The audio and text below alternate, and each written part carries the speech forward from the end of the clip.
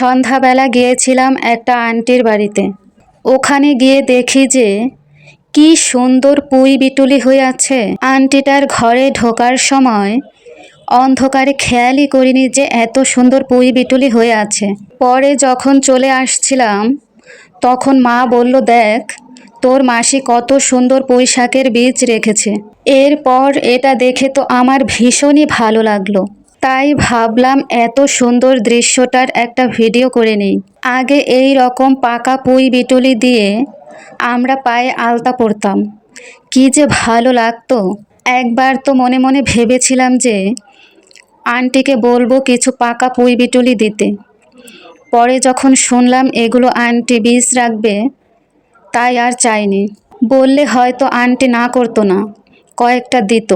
কিন্তু ভাবলাম না, একটু আনন্দ করার জন্য কি দরকার কাজের জিনিস নষ্ট করার। আন্টির অনুমতি নিয়ে একটি পুঁই বিটুলি ছিঁড়লাম, দেখার জন্য কেমন রং হয়।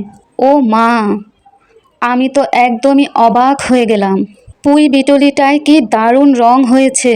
শুধু যে অসাধারণ রং হয়েছে তা কিন্তু নয়, রংটা অনেকক্ষণ হাতে লেগেছিল, উঠতেই চাইছিল না। এরকম পাকা পুঁই বিটুলি দিয়ে কিন্তু আলতা পরলে সেই সুন্দর লাগে। এদিকে গোলাপ ফুলগুলো কি সুন্দর হয়ে ফুটে আছে। এই গোলাপ ফুলগুলো যে আন্টির বাড়িতে গিয়েছিলাম ওনাদের না, তাই একটু ভয় ভয়ও করছিল ভিডিও করতে। মনে মনে ভাবছিলাম ফুল চোর ভেবে না আবার ধাওয়া দেয়। আমি তো মাকে ভয়ে ভয়ে বলছিলাম যে চলো মা, তুলতে হবে না।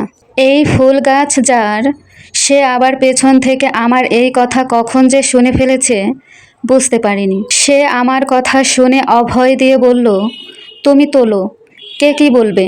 এই কথা শুনে আমাকে আর কে আটকায়। যাই হোক, দেখুন ফুলগুলো কিন্তু সত্যিই অনেক সুন্দর, খুব ভালো লেগেছে আমার।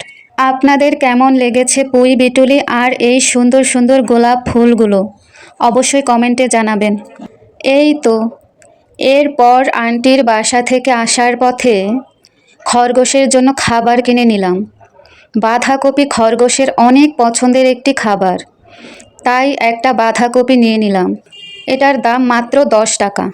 এরপর নিজেদের জন্যেও কিছু প্রয়োজনীয় বাজার করে নিলাম। কাঁচামরিচ নিলাম, এরপর আলু নিলাম।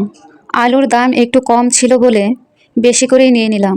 এরপর কলাও নিয়েছিলাম অনেকগুলো। কলাগুলো অনেক মিষ্টি ছিল খেতে।